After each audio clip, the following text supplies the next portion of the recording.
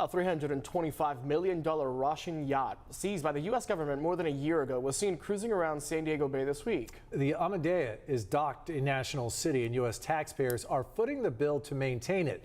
As CBS 8's David Goffredson reports, the Department of Justice still has not filed a court case that would allow the super yacht to be sold at auction.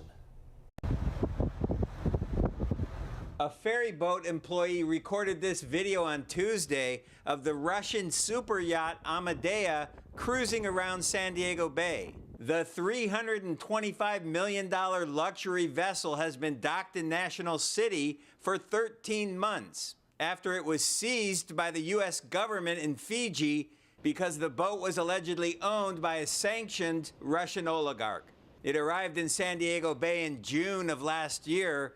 Fishermen on the dock at Pepper Park, near where the Amadea is docked, were startled Tuesday morning by the yacht's horn blowing. Them horn, they scare the hell out of me. Herbert Ramirez told me the yacht pulled out around 9 a.m. Tuesday. One tugboat took it out of here. Where'd they take it? I don't know, they just went that way. One tugboat. One tugboat. Tracking data from vesselfinder.com shows the Amadea cruised under the Coronado Bridge and anchored off downtown San Diego for several hours and then returned to National City. I recorded this video of the yacht coming back to dock around 3 p.m. Tuesday. The Department of Justice told me the yacht was moved for routine maintenance. According to court documents, the cost to taxpayers to maintain the vessel is about $1 million per month. There are insurance costs, there are the cost of maintaining a skeletal crew on board for safety reasons.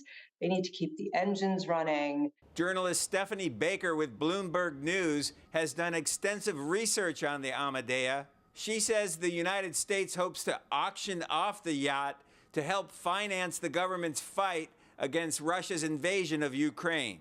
But in order to do that, the DOJ will have to file a forfeiture case in federal court, which it still has not done.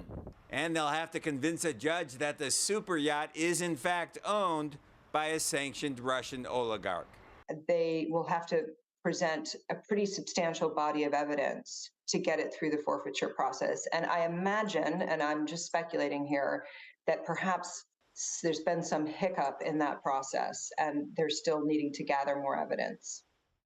The Amadea has been docked here for 13 months. That's roughly $13 million in maintenance costs. The U.S. government is going to want to be reimbursed for those costs if and when the yacht ever gets sold at auction. That's $13 million that will not be going to the Ukrainian war effort.